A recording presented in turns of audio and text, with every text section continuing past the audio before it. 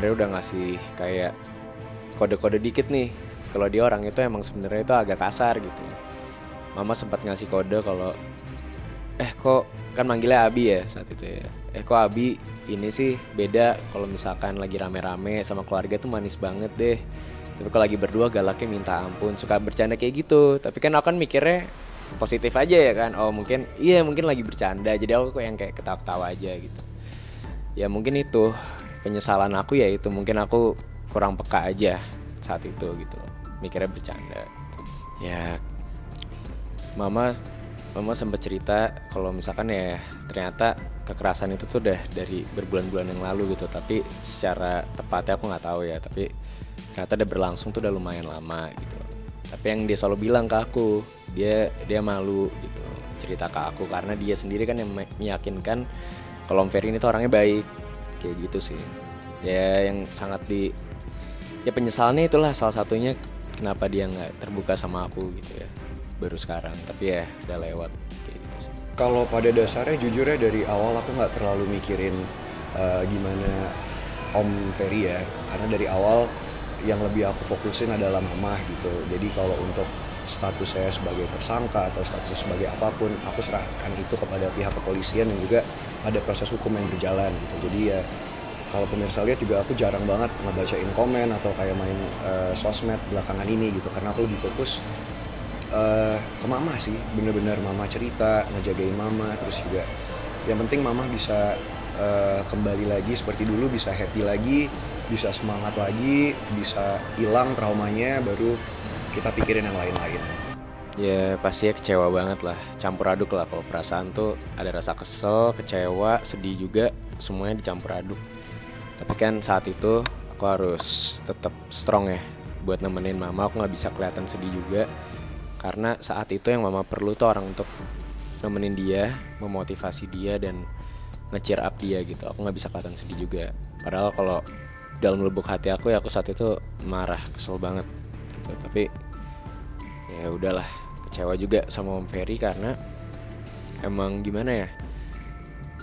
Aku udah minta dia untuk jagain mama kan sebelum nikah, dan dia udah meyakinkan aku sama kakak juga kalau dia bakal ngelakuin itu. Tapi kan ternyata kan kejadiannya sebaliknya gitu. Jadi kecewa banget sama dia sih.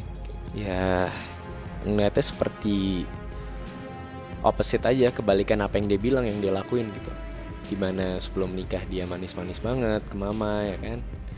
Terus dia juga meyakinkan aku sama kakak kalau dia bakal jagain mama sampai tua. Tapi kan ya waktu yang membuktikan kan kejadian jadi kayak gini gitu. Mama kebetulan beberapa hari ini lagi bed rest, makanya kalau misalnya ada undangan ke acara TV atau kayak ke podcast itu diwakilin sama aku sama adik aku. Mama juga masih istirahat dari tadi, dan ini kebetulan karena hari Minggu, harusnya kan hari Fania jalan-jalan, makanya hari ini aku yang bawa Fania jalan-jalan gitu karena mama masih mau istirahat di rumah. Kelanjutannya mama udah cerita besok hari Senin akan ngurusin perceraian, dan udah setelah itu kita akan biarin semua prosesnya berlanjut aja. Menyesal tuh pasti kan setelah kejadian ya. Tapi kalau kita ngelihat nih kan, kalau dari cerita itu kan dia bukan pertama kali. Ini udah berkali-kali dari perkawinannya lalu dan sebagainya. Jadi sebetulnya kalau dilihat polanya, memang polanya adalah seperti itu. Kalau sudah selesai marahnya dan sebagainya, habis melakukan kekerasan itu, kemudian pasti minta maaf dan sebagainya untuk kemudian sepertinya dosanya dihapus apa tidak bisa, nggak usah dipikirkan lagi lah gitu. Tapi kan harusnya kan menyadari bahwa yang bersangkutan ini tidak bisa mengontrol emosinya gitu, dan orang yang tidak bisa mengontrol emosinya itu akan terjadi berulang lagi. Kita nggak tahu pencetusnya apa, mungkin kita pikir kecil tapi bagi dia besar. Oh enggak, jadi manusia itu punya kemampuan untuk mengontrol emosinya. Jadi kalau dia jadi gini, orang itu bisa bicara asertif, menyatakan perasaan, pikiran dan keinginannya tanpa menyakiti orang yang bersangkutan. Misalnya ada orang datang bilang marah-marah atau apa gitu, mana barangnya atau apa gitu. Dia bisa menyampaikan apa yang dia ingin sampaikan dengan baik tanpa menyakiti orang itu, nggak pakai memaki-maki. Ada juga orang yang pakai agresif. Agresif itu adalah menyatakan perasaan, pikiran, keinginan tapi mungkin bisa menyakiti orang lain. Ada lagi yang submisif. Submisif itu apa? Orang menyatakan perasaannya tapi seperti nyindir pada rumput yang bergoyang, jadi nggak to the point pada siapa dia akan menyatakan itu. Nah, orang yang agresif ini, agresivitas itu bisa kata-kata, bisa juga kemudian tindakan dan sebagainya. Itu kan karena kadang-kadang mereka tidak tahu juga kapan dia harus mengontrol, sebesar apa sih. Dan rata-rata orang yang seperti ini nggak ada gradasi gitu. Kalau kecil jadi marahnya nggak terlalu besar. Biasanya dipukul rata, kalau dia nggak suka dia ibaratnya emosinya meledak lah kayak gitu. Ya biasanya kalau misalnya habis khilafnya, ngerasa khilaf itu terus kemudian pasti biasanya minta maaf. Kadang-kadang ada juga yang tidak minta maaf sih. Dan karena satu powernya lebih rendah daripada yang lain, yang satu nggak berani kemudian mengatakan kamu habis melakukan itu minta maaf aja, nggak pernah, mungkin nggak bisa berkata gitu.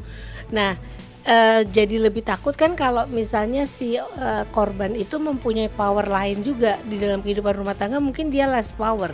Tetapi kalau misalnya dia lihat backup dari support lingkungannya itu lebih kuat, jadi dia punya power banyak juga, sehingga yang satu yang tadinya kelihatan powernya tinggi itu jadi ketakutan gitu. Kan kalau orang orang yang sudah biasa melakukan KDRT, kalau misalnya untuk awalnya dengan orang yang baru dia kenal dan sebagainya, itu kan pasti ada masa seperti kayak honeymoonnya, selalu bagus-bagus dan sebagainya. Pada saat itu mungkin kontrol emosinya masih bagus, tapi begitu itu lewat beberapa lama kemudian dia akan kembali polanya gitu. Dan ini kalau menurut saya perhatian bagi semua orang ya. Kalau misalnya ada orang yang seperti ini, mungkin harus dilihat dulu apakah dia sudah mulai bisa mengontrol emosinya atau tidak. Kalau tidak, mungkin jangan mendekati dia dulu lah gitu. Iya, kayaknya sih iya ya. Saya nggak tahu pasti ya. Tapi kan gini, yang korban ini kan mungkin udah dapat antisipasi dari orang banyak pada waktu sebelum menikahi orang ini. Tapi kemudian ibaratnya dipatahkan semua dan tetap melangsungkan. Ada sisi dimana kalau untuk ngomong apa adanya, masih umur perkawinan masih baru saja gitu ya, mungkinkah kemudian orang akan tidak mentertawai dia gitu.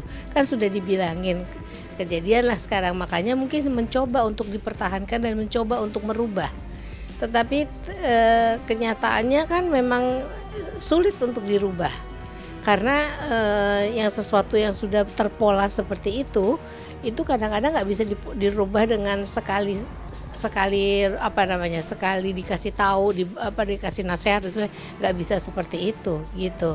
Karena itu ada di dalam diri orang ini, dan stimulannya untuk dia marah kita nggak pernah tahu, tidak selalu sama gitu ya, apa yang menyebabkan cetusnya dan sebagainya gitu.